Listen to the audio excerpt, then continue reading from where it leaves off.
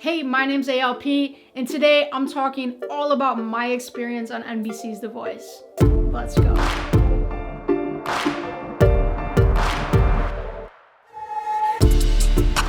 So for those of you who are just joining my channel, my name is Amanda Lee Pierce. I'm a singer-songwriter, and I've been performing live for over 10 years. I've released 2 EPs, and I was on season 7 of NBC's The Voice as a contestant on Gwen Stefani's team. Now, I get asked a lot about how my experience was it worth it? What came out of it? How was the whole audition process?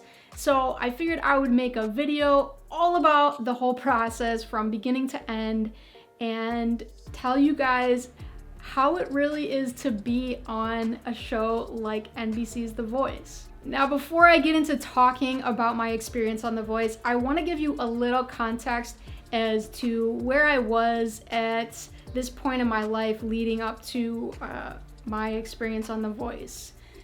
I had been playing out for about 5 years prior to my time on The Voice. So I did have experience playing gigs. I had experience singing in front of people.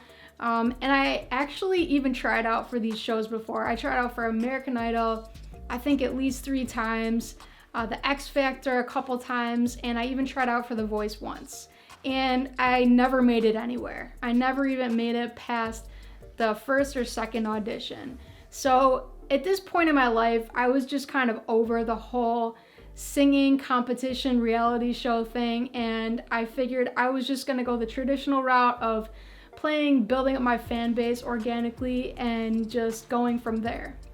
So I wanted to put that out there to give you a little context before I get into my experience on The Voice. So I want to start with the audition process of being on The Voice.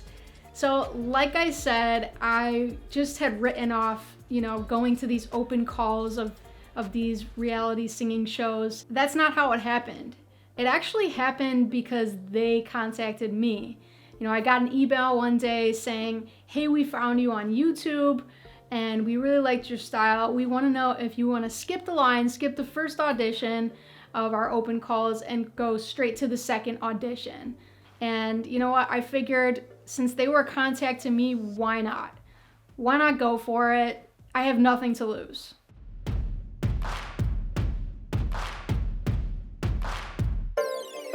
So the closest open call audition location to me at the time was Philadelphia, Pennsylvania. They told me to prepare 3 songs and I could have someone play for me. I could play myself and I could also use a backing track. So I decided to do all 3. So I prepared 1 song with a backing track, 1 song where I would play guitar, and I actually brought a friend with me to help me out with the 3rd song. And I really wanted to just show my, flexibility and all my abilities and how I would perform in all 3 scenarios. So I walk into the room and there's 2 people and they're both part of the casting company.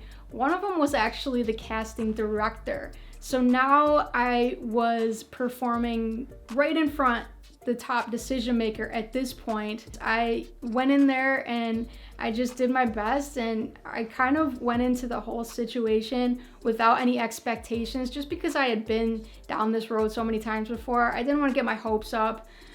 So I really just had fun with it. So after I was done with this initial audition, I was taken to another room and I was given a giant packet to fill out.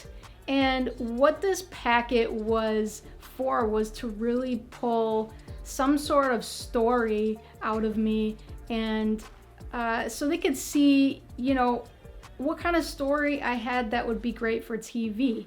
This is not just a singing competition show. It's not just about singing. It's about entertainment.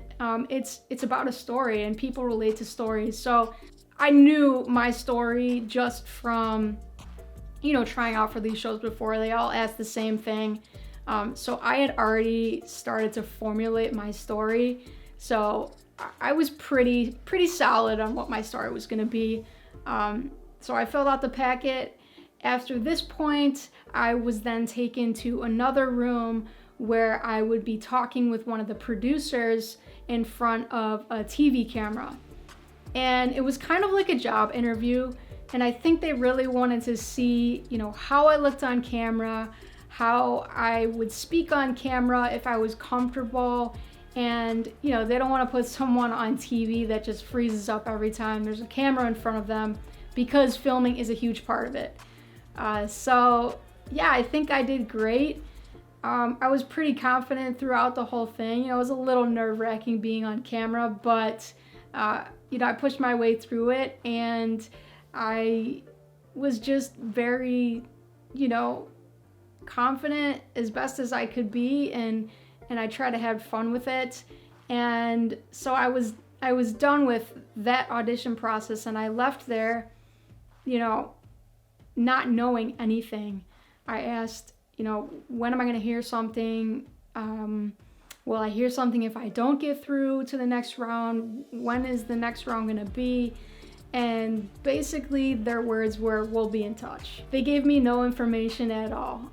So I left there. I felt good, but the unknown was always in the back of my mind. Like, did I make it through? Did I do a good job? That was the Philly audition. That was the first audition. A month had gone by. At this point I was kind of like unsure whether I even got through to the next round. But I was out to dinner, and I looked down at my phone and I noticed a missed phone call. So I called the number back.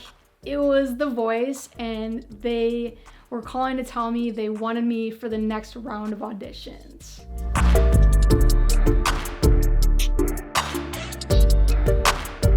All right, so for this next audition, which is called the executive audition, they flew me out to LA, and I had never been to LA before, so just getting to fly out there, all expenses paid, that to me was already, I was winning already.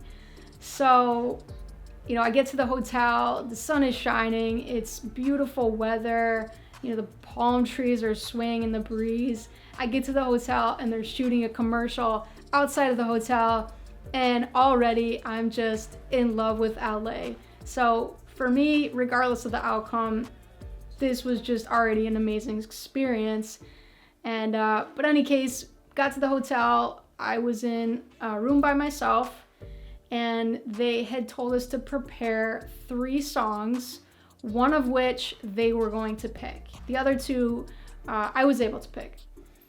And the other caveat was that they had to be backing tracks. I couldn't play my guitar. I couldn't have someone play for me.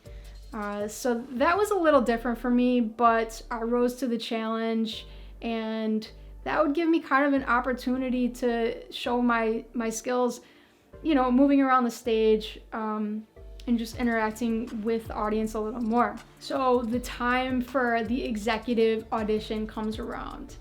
I walk into the room, and now the room is dimly lit. There's not just 2 people in the room. There's about 20 to 30 people, and there's a little stage up there. So I'm walking into this thinking, oh wow, this is kind of like a gig, a very intimate gig that I'm performing at right now. So I don't know whether that made me more nervous or more confident, but in any case, I went up there, I did my best, and one cool thing on the way out, there was a lady in the audience that said to me, "Great job," and that made me feel pretty confident about my performance. This round, I was in LA for about 3 to 4 days, and yet again, at the end of my executive audition, at the end of my stay, I still was left in the dark without knowing whether I would continue, when I would hear from anyone, and that was a bit frustrating. It was about 2 or 3 months later, after the executive audition, that I got a phone call from The Voice saying they wanted me to continue in the process, and at this stage, I potentially had the chance to get a blind audition. I say potentially because there is one specific reason why at this point I may not get a blind audition, but I will go into that later.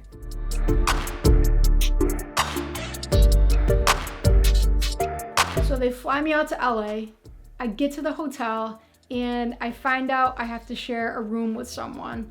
Well, more specifically, someone else who was there to be on the show. And at first I was a little resistant to it, but it ended up being a great experience. I was lucky to get really cool roommates, and we had a lot of fun. And I also met a ton of other people who I still keep in contact with to this day. So that was a really cool aspect of this whole show. So what was my day-to-day life looking like during this time leading up into my blind audition? Well, there was a ton of meetings.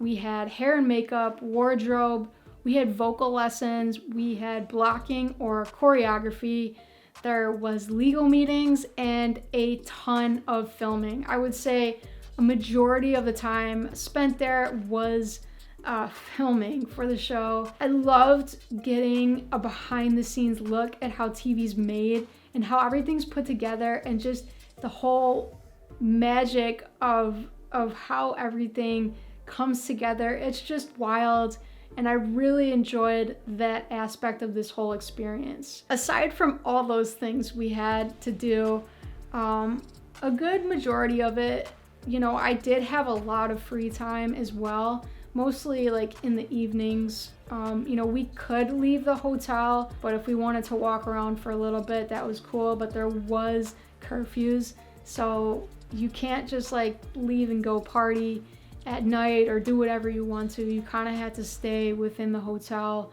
or close to the hotel. And that's especially because they didn't want any of this information getting out before the show actually aired. I mean, that's the whole basis of the show. So I totally understood that, and I was fine with it. I was just happy to be in the sunshine, enjoying the pool, the weather, the food, meeting new people.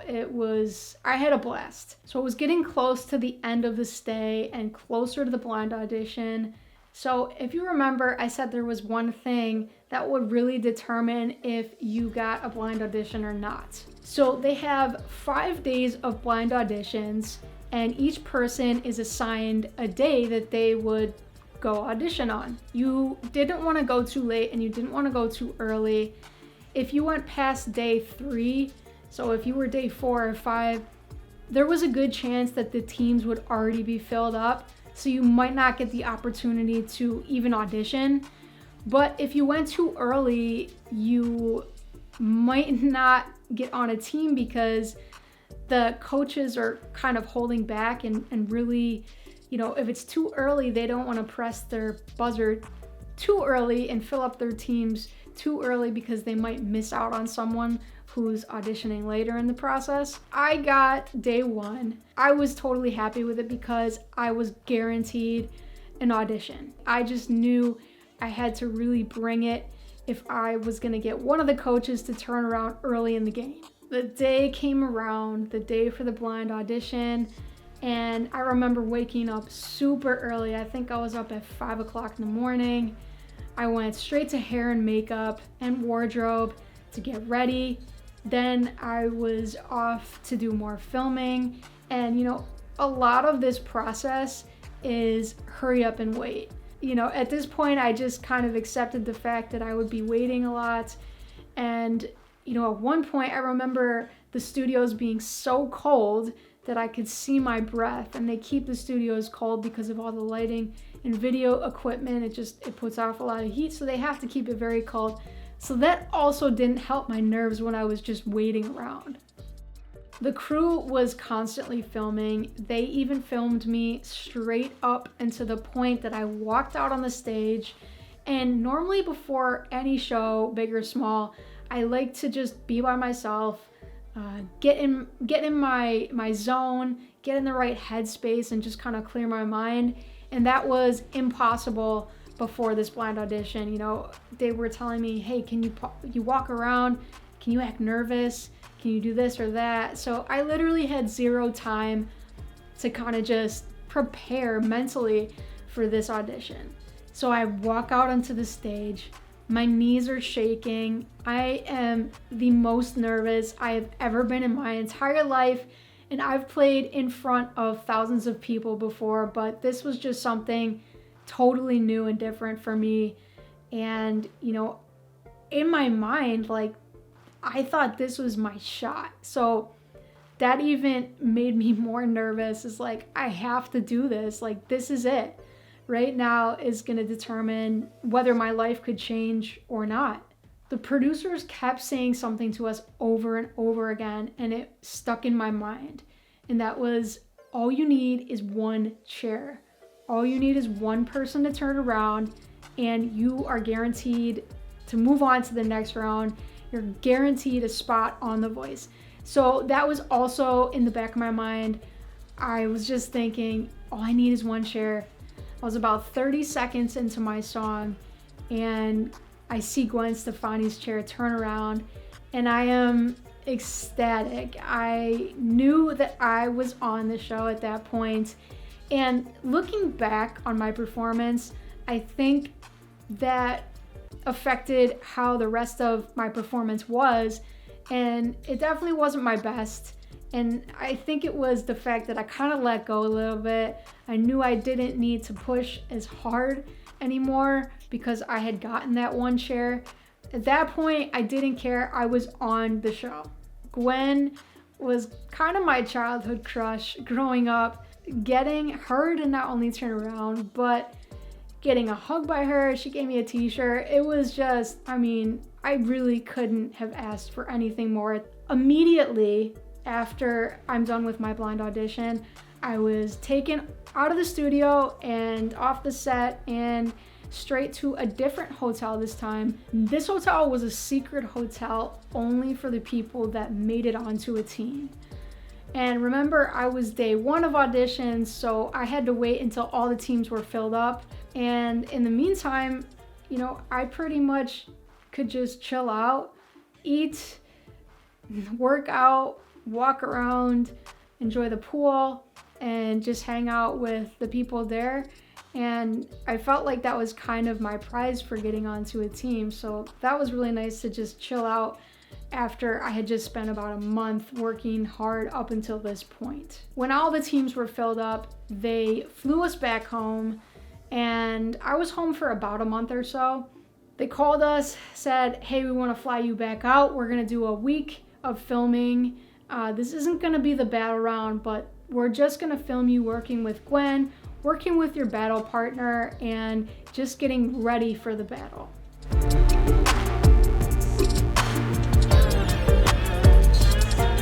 So I flew out to LA for a third time, and this time I would find out what song I was going to be singing or battling with, as well as who I was going to be battling. I would battle Taylor John Williams, and we would sing Jolene together. They do pick your songs for the battle round. They do pick your song for the blind audition. I was lucky that both songs they picked for me, I had already known. I had already been, singing at shows, so I felt like I had a leg up in, both the battle round and my blind audition. Getting to work with Taylor was a lot of fun. We meshed really well vocally. Our voices complemented each other really well. And then we go to meet Gwen, as well as her guest coach at the time, who was Gavin Rossdale. So getting to work with two of my childhood icons was just amazing. I get asked all the time, how much time did you actually spend with her? We met with her for about 45 minutes the first time around. Gwen was really shy. She was really quiet. And she did mention to us a couple times off camera that she was extremely nervous and, she didn't know what to say, which I thought was very endearing. But she was very sweet, and she gave some really good advice as far as working with the microphone and kind of using it as a prop and using it to kind of command the stage, and also to interact with each other and it's gotta look good, it's gotta sound good together. And of course that was their first priority, is they wanted it to make great TV. You know, there was that balance act of like putting on a good performance together and, you know, winning it. Like, how can I win this battle round? The week of filming was finished. They flew us back home, and at this point I think I was home for about another month or so. The whole time, you know, I was just practicing and really trying to figure out how I was going to win the battle round, and what I was going to do to, you know, ensure that my performance was the better one.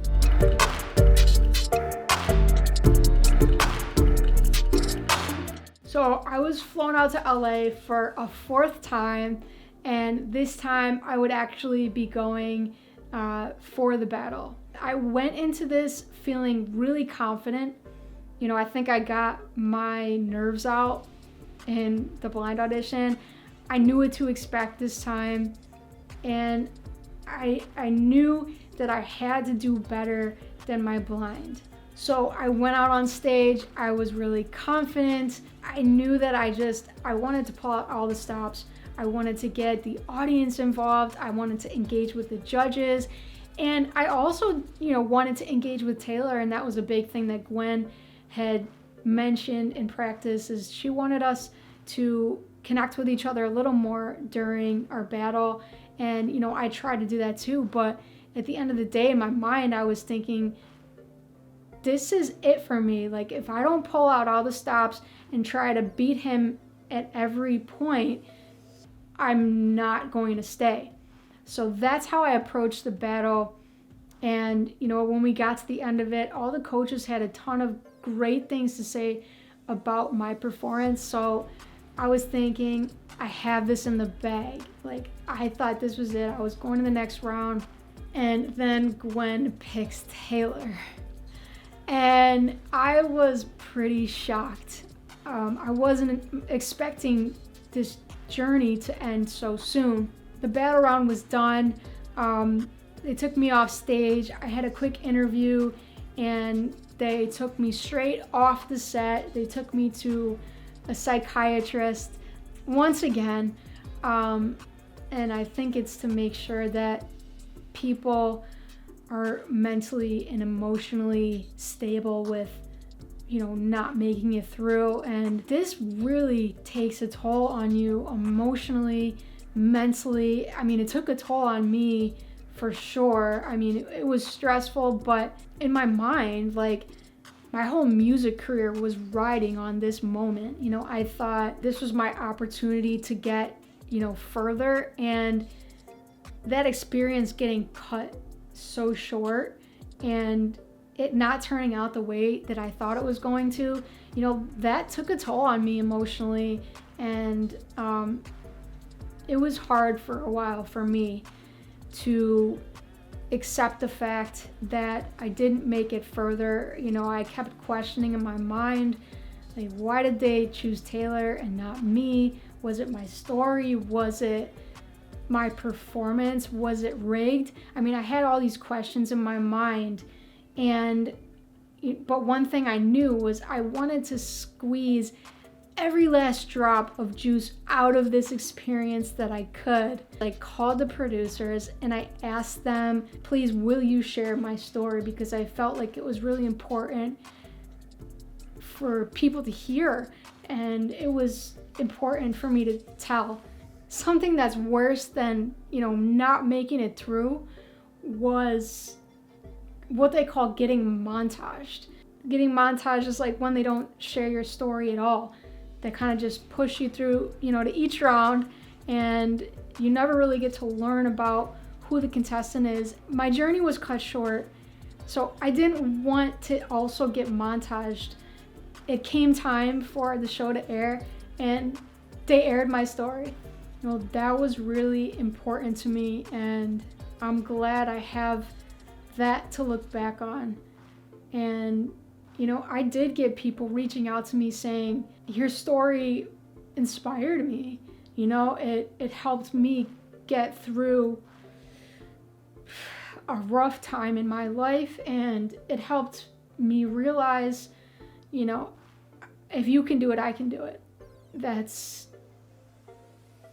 Was huge. I didn't realize how important my story could actually be. I got to tell my story on national TV. I got to sing on national TV on a major network. Looking back, like, I won the prize,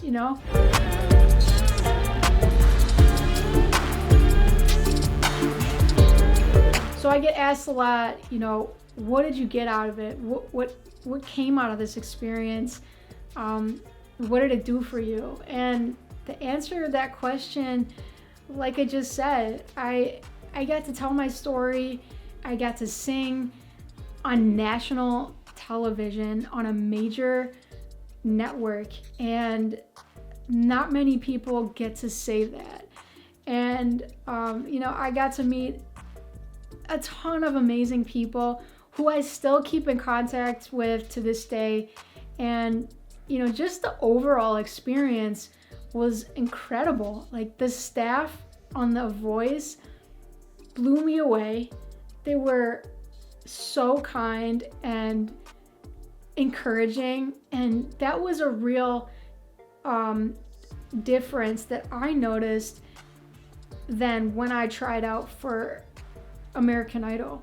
The Voice emphasized that they were not there, and we were not there to be made fun of. We were there to be encouraged and to grow, and I really appreciated that about The Voice.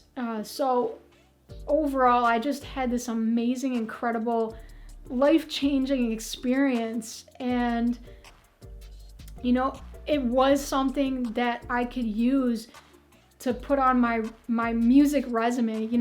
When I try to book shows that are out of state, or excuse me, with a venue that might not have heard of me otherwise, there is that credibility. They're saying that, I was on a major network TV show. I beat out thousands and thousands of people in this process, and I was, on a team. I didn't just try out, I was on a team. I was on Gwen Stefani's team. So that in itself is a huge selling point when I am trying to book shows. And I would say that that is probably the number one thing I got out of this show, was to be able to, it gave me the opportunity to open doors that might not have been open otherwise. A year after being on The Voice, I recorded and released my first solo EP called Summertime State of Mind. I played the New York State Fair in front of thousands of people. I toured all over the Northeast, and after that, I raised $5,000 to crowdfund my next EP, which I released a couple years ago, called Sinner. And it's just really pushed me to continue going with my music career. And now I have this incredible experience to look back on and reflect on. And a lot of the things I learned during that time, I still carry with me to this day. I'm so grateful that I was given the opportunity to have that experience. If you've reached this point in my video, I want to say thank you so much for watching and listening. It was a ton of fun reminiscing about my time on The Voice and all the great memories it brought up. And if you have any other questions that I didn't answer about my experience on The Voice, leave them in the comments below, and I will do my best to make another video, or maybe even do a live video where I can answer all your questions. So once again, I'm ALP. Thanks for joining me. I will see you on the next one. Peace.